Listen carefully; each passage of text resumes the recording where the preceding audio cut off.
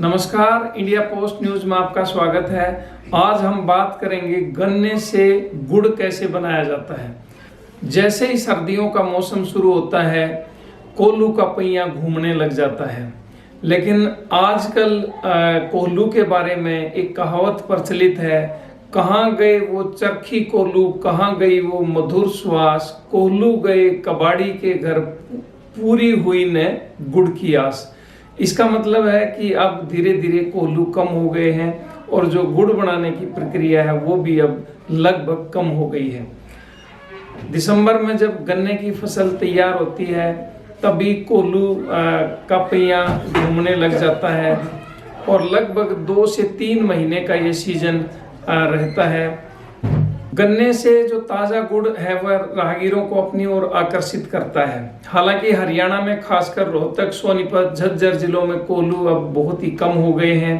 पहले अब बहुत अधिक मात्रा में गन्ना पैदा किया जाता था। उत्तर प्रदेश से गुड़ बनाने वाले कारीगर यहाँ कोल्हू स्थापित कर गुड़ बनाने का काम करते थे। अब क्योंकि गन्ने की पैदावार कम हो गई है और इसलिए अब कोल्हू भी बहुत ही कम हो गए हैं। इसके साथ साथ जो उत्तर प्रदेश से आने वाले कारीगर थे अब वो यहाँ नहीं आते, इक्का दुक्का ही आते हैं। पहले कोल्हू बैलों की मदद से चलाए जाते थे, अब चूंकि बैल भी नहीं रहे इसलिए कोल्हू अब क्रेशर में बदल गए हैं। यानी स्वरूप वही है, मशीन थोड़ी सी बड़ी हो गई है जिसे अब क्रेशर कहते हैं। ये क्रेशर इंजन से चलाए जाते हैं, बिजली से चलाए जाते हैं और ट्रैक्टर से भी चलाए जाते हैं। कोल्हू और क्रेशर में जैसे मैंने बताया बुनावट में कोई खास फर्क नहीं है। गुड़ बनाने का तरीका, गुड़ बनाने से पहले खेतों से गन्ने को काट कर लाया जाता है, फिर गन्ने को इकट्ठा करके साफ किया जाता है। काफ़ी मात्रा में गन्ने को एक ही जगह रखकर साफ किया जाता है। इसके बाद क्रेशर या कोल्हू की सहायता से इसका रस निकाला जाता है। देखिए गन्ने का रस निकाला जा रहा है, एक आदमी गन्ना इस मशीन में लगाता है और फिर इस में से ये रस जब गन्ना इन पाटों के बीच में जाता है तो उसका रस निकलकर इस ड्राम में इकट्ठा होता है और फिर जो पिछला हिस्सा है इस क्रेशर का, कोल्हू का, उसमें इसकी खोई निकलती है। आप देख सकते हैं पीछे ये खोई निकल रही है। यह खोई जो है ईंधन के काम आती है। इसको सुखा लिया जाता है, धूप में इसे सुखाया जाता है, फिर इसी की मदद से रस को कढ़ाई में गर्म किया जाता है। आप देख सकते हैं कि इसी जो खोई है, गन्ने का वेस्ट है, जो इससे ईंधन का काम लिया जाता है और ये ईंधन का काम लिया जा रहा है। गन्ने का रस पकाने के लिए आग की आवश्यकता होती है। इसके लिए जमीन में एक गड्ढा करके चूल्हा यानी 2 बड़े बड़े चूल्हे तैयार किए जाते हैं और इसी चूल्हे पर एक बड़े आकार की कढ़ाई या यूं कह सकते हैं कढ़ाया उसको रखा जाता है जिसमें गन्ने का रस डाला जाता है। कई जगह पर 3 बड़े कढ़ाई रखे जाते हैं और कई जगह पर 2 कढ़ाई रखे जाते हैं।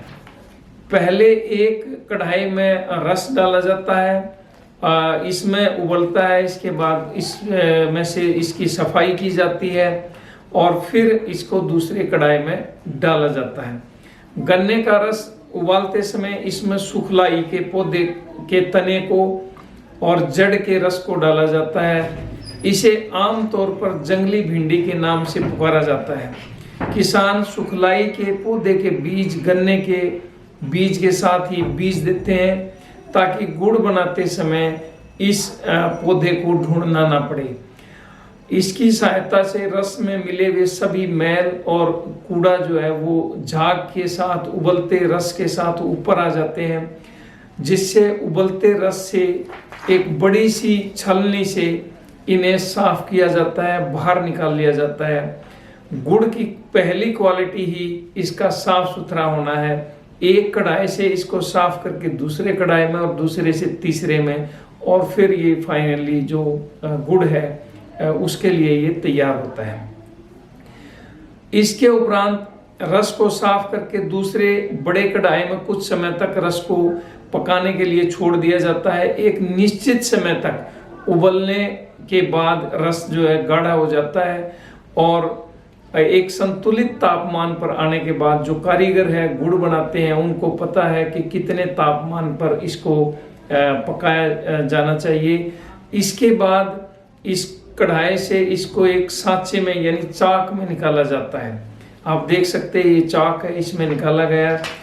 इसके बाद इस चाक से हाथ की सहायता से गुड़ बनाया जाता है। हालांकि एक छोटा सा औजार होता है, कई बार 2 लोग इसमें लगते हैं, दोनों मिलके इस गुड़ तैयार करते हैं, छोटी छोटी पेड़ियां बनाते हैं और फिर उस गुड़ को सुखाया जाता है।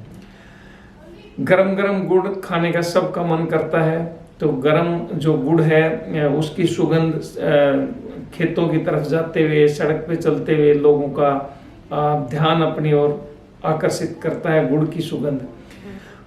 गांव में बहुत जगह आपने देखा होगा कि ट्रैक्टर ट्रालियों में गुड़ लेके आते हैं, वो व्यापारी ही होते हैं। वो गुड़ खुला गुड़ होता है, हालांकि वो गुड़ भी काफ़ी अच्छा होता है, उसमें कोई कमी नहीं होती, लेकिन उसकी पैकिंग नहीं होती, वो थोड़ा सस्ता होता है। तो हम देखते हैं कि सीजन के बाद गांव में और शहरों में गलियों में गुड़ बिकने आता है। ये गुड़ इसी तरह तैयार किया जाता है।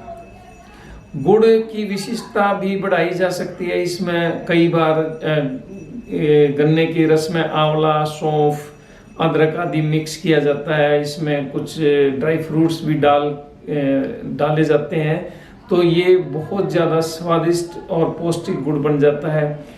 इस प्रक्रिया से, इस तरीके से जो गुड़ बनाया जाता है, सर्दी जुकाम के उपचार के लिए भी ये काफ़ी लाभदायक है। दूध के साथ गुड़ खाने से या गुड़ के साथ दूध पीने से भी सर्दियों में काफ़ी लाभ मिलता है। आपको ये हमारी वीडियो अच्छी लगी तो आप ज़रूर कमेंट करें।